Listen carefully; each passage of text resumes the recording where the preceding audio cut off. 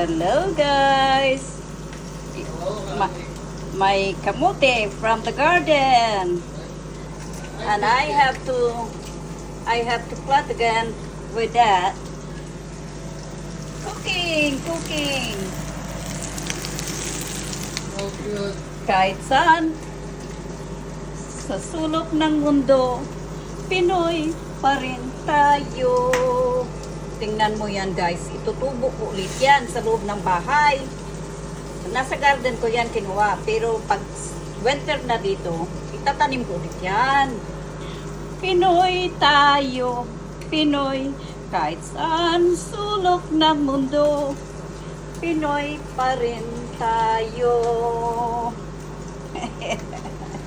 Pagsisigawan mo sa mundo, Pinoy pa rin tayo.